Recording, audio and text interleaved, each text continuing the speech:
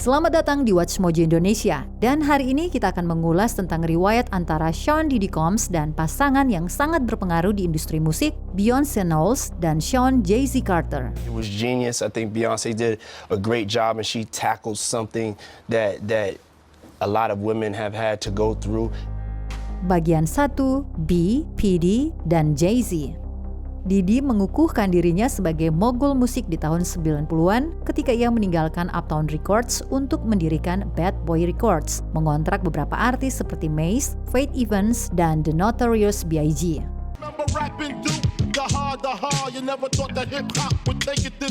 Rapper Just O membuat rekaman demo dengan The Lox yang kemudian diberikan pada Mary J. Blige dan selanjutnya pada Diddy.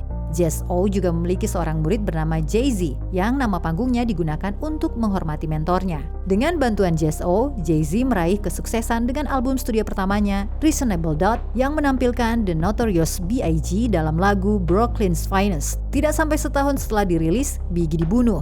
Kematian ini sangat mempengaruhi Jay-Z saat merekam album keduanya, In My Lifetime Volume 1, yang turut melibatkan Diddy. Walaupun Diddy dan Jay-Z sudah berteman, album ini menandai salah satu kolaborasi besar pertama mereka. Album lainnya adalah album No Way Out milik Diddy yang menyertakan Jay-Z dalam lagu Young Jeez. Diddy menutup tahun 1997 dengan apa yang ia gambarkan sebagai pertunjukan hip-hop terbesar yang pernah ada, yang menampilkan penampilan Jay-Z dan Usher. Menurut Usher, ia pernah mempertimbangkan untuk membentuk grup bersama Diddy, Jay-Z, dan Pharrell Williams. Jay-Z, Pharrell, Diddy, Damn, Usher! and me was supposed to be a group. Meskipun hal ini tidak pernah terjadi, Diddy dan Jay-Z tetap bersahabat dekat. Di mata Diddy, Jay-Z mengisi posisi yang ditinggalkan Biggie dan Tupac Shakur.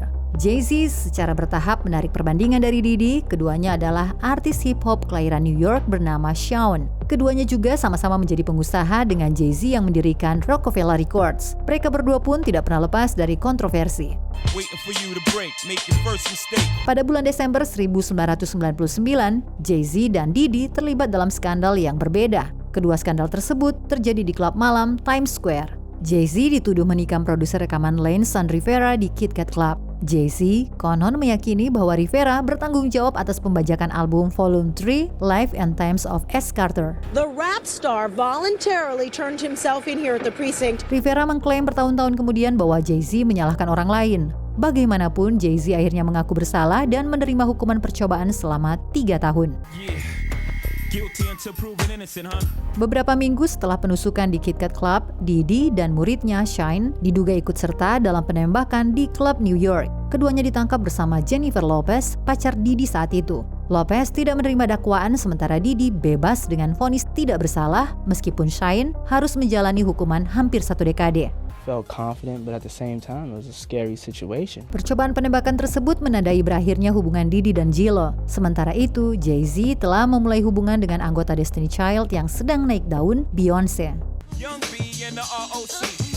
Jay-Z dan Beyonce berteman selama kurang lebih 1 tahun sebelum mereka secara resmi mulai berpacaran di awal tahun 2000-an. Diddy mengenal Beyonce saat itu masih lajang. Teringat pada salah satu pestanya ketika Michael Jackson datang tanpa diundang. Jackson berbisik ke telinga Diddy, "Di mana Beyonce?" Menurut Diddy, Jackson akhirnya menemukan Beyonce dan berdansa dengannya. Karir solo Beyonce melejit pada tahun 2003 dengan album Dangerously in Love. Single utama yang memuncaki tangga lagu Crazy in Love mengukuhkan Beyonce dan Jay-Z sebagai pasangan yang serasi. Beyonce juga berkolaborasi dengan Diddy dalam lagu Summertime yang meraih kesuksesan meskipun tidak dimasukkan dalam album tersebut. B dan sahabatnya. Selama 2 dekade berikutnya, Beyonce dan Jay-Z hampir selalu terlihat bersama dengan Diddy yang seringkali berada di dekat mereka. Setelah badai Katrina, Diddy dan Jay-Z menyumbangkan $1 juta Amerika Serikat ke American Red Cross. Beyonce juga terinspirasi untuk mendirikan Survivor Foundation bersama anggota Destiny Child lainnya, Kelly Rowland. Pada tahun 2009, Diddy memproduksi film biografi Notorious yang berpusat pada kehidupan Biggie Smalls. Jay-Z dan Beyonce menunjukkan dukungan mereka dengan menghadiri pemutaran perdana film tersebut. Keduanya telah menikah setahun sebelumnya, lalu menyambut kelahiran anak pertama mereka, Blue Ivy Carter, pada tahun 2012. Diddy mengucapkan selamat kepada pasangan tersebut di media sosial dan berharap dapat melihat lebih banyak lagi. She's brand new to the world, but Blue Ivy is already rock royalty. Tahun berikutnya, Beyoncé dan Jay-Z tiba di acara after party VMA Diddy. Laporan-laporan menyatakan bahwa perkelahian terjadi antara Diddy dan J. Cole yang konon mengatakan hal-hal yang tidak pantas tentang kekasihnya saat itu, Casey Ventura. Seorang tamu menyampaikan kepada New York Daily News, itu adalah kekacauan. Beyoncé berteriak untuk berhenti dan Jay-Z memisahkan orang-orang dan menjauhkan mereka dari Bey. Diddy membantah hal ini terjadi dengan memposting secara online, kami mengadakan pesta yang luar biasa. Bagaimanapun, cerita tersebut tidak menghalangi Beyoncé dan Jay-Z untuk menghadiri pesta tahun baru Diddy beberapa bulan kemudian. Pada tahun 2014, rumor mulai menyebar bahwa Beyoncé dan Jay-Z mengalami masa-masa sulit karena perselingkuhan yang dilakukan oleh Jay-Z. Beyoncé membahas perselingkuhan suaminya secara mendalam melalui album Lemonade di tahun 2016. Pasangan ini juga membahas perjuangan mereka dalam lagu Family Feud di tahun 2018. Membahas tentang hubungan pasangan ini, Diddy mengatakan bahwa Family Feud tidak mengejutkannya, meskipun Lemonade membuatnya terkejut. Namun demikian, Diddy senang bahwa Jay-Z dan Beyoncé telah mengatasi masalah ini.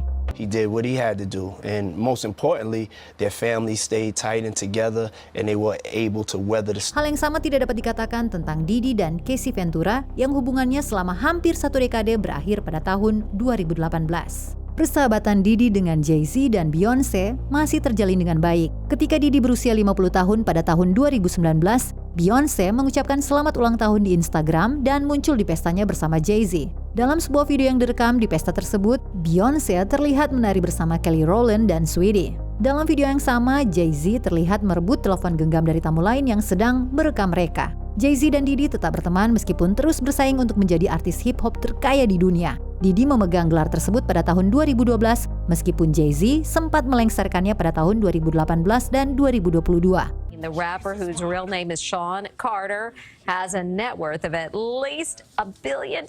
Pada saat itu, Diddy dan Jay-Z adalah miliarder, sementara Beyoncé berada di kelasnya sendiri. Salah satu dari ketiganya akan mengalami penurunan dalam kejayaannya. They're saying that's how much I'm worth, so I don't have that money in the bank. I want to make sure y'all are clear on that.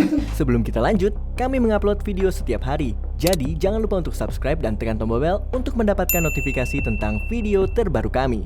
Kamu bisa memilih untuk mendapatkan notifikasi secara berkala atau setiap kali kami mengupload video. Kalau kamu menggunakan handphone, jangan lupa untuk nyalakan notifikasi di bagian pengaturan. Bagian 3, keraguan yang masuk akal. Pada tahun 2022, Jay-Z dan Diddy sama-sama hadir di upacara Hollywood Walk of Fame DJ Khaled. Itu adalah salah satu momen terakhir mereka tampil di depan publik bersama sebelum Casey Ventura menggugat Diddy atas tuduhan pelecehan seksual pada tahun 2023. Tuntutan Ventura, meskipun telah diselesaikan, memicu gelombang aksi tuntutan hukum dari para penggugat lainnya yang berujung pada penangkapan Diddy di tahun 2024. His lawyer said in a statement that he voluntarily actually relocated to New York recently in anticipation of these charges. Tuduhan tersebut telah mengundang banyak pertanyaan tentang Diddy dan orang-orang di sekitarnya. Jay-Z dan Beyoncé adalah beberapa nama yang paling menonjol dalam daftar tersebut. Meskipun telah mengenal Diddy selama beberapa dekade dan menghadiri banyak pestanya, ada alasan untuk meyakini bahwa baik Jay-Z maupun Beyoncé tidak mengetahui sejauh mana kejahatan yang dituduhkan kepadanya. Hal ini tidak menghentikan orang-orang seperti 50 Cent untuk membagikan video yang menunjukkan Diddy yang tampak menepuk bokong Jay-Z. Di tengah kejatuhan Diddy, beredar kabar bahwa Beyoncé kehilangan 4 juta pengikut Instagram meskipun hal ini terbukti salah. Yang lebih memprihatinkan adalah wawancara Jaguar Wright dengan Piers Morgan di mana penyanyi ini menggambarkan Diddy dan Jay-Z sebagai monster. Dia juga mengklaim bahwa Jay-Z dan Beyoncé memiliki banyak korban. How bad was That's what I care about. I care about the victim. Pengacara Jay-Z mengajukan tuntutan hukum terhadap Morgan yang kemudian meminta maaf atas penayangan wawancara tersebut. Lebih lanjut, Morgan menyatakan bahwa tuduhan Wright tentang pasangan tersebut sama sekali tidak benar dan tidak memiliki dasar. There are legal limits on us too. And we apologize to Jay-Z and Beyoncé. Jason Lee mengungkapkan dalam podcastnya bahwa Jay-Z meminta orang-orang untuk menghubunginya dan membantunya, dalam tanda kutip, memadamkan api. Why is everybody calling me now? Because I'm a firefighter. Meskipun Jay-Z dan Beyoncé terlihat menghadiri pesta-pesta Diddy, Lee mencatat bahwa tidak ada bukti pasangan itu terlibat atau mengetahui tentang pesta freak off yang diduga tersebut. I told you guys I've seen Jay-Z at the Diddy party several times, But Diddy parties and Diddy After Dark are two different things. Seperti beberapa selebritas lain yang dekat dengan Diddy, Jay-Z dan Beyonce tetap diam sejak skandal tersebut mencuat. Kita bisa berharap mereka akan tetap diam kecuali jika mereka dipanggil untuk bersaksi di persidangan Diddy yang sepertinya tidak mungkin terjadi. Para penganut teori konspirasi di internet menafsirkan kebisuan mereka sebagai rasa bersalah meskipun hal itu bukanlah alasan yang kuat. Dengan anggapan bahwa rumor tentang Jay-Z dan Beyonce sepenuhnya salah, dapat dimengerti mengapa mereka ingin menjauhkan diri dari Diddy, terutama dalam situasi di mana media sosial cenderung menyebutnya sebagai, dalam tanda kutip, rasa bersalah karena pergaulan. Bukan berarti kita tidak boleh membicarakan hubungan mereka dengan Diddy. Kasus ini masih menjadi teka-teki dengan berbagai bagian yang masih belum terjawab. Apakah Jay-Z dan Beyonce termasuk dalam bagian yang hilang atau tidak? Untuk saat ini, mereka memiliki, dalam tanda kutip, reasonable doubt di pihak mereka. Namun, bukti-bukti terhadap Diddy mungkin merupakan cerita yang berbeda. Apa pendapatmu tentang kedekatan mereka bertiga? Tulis di kolom komentar.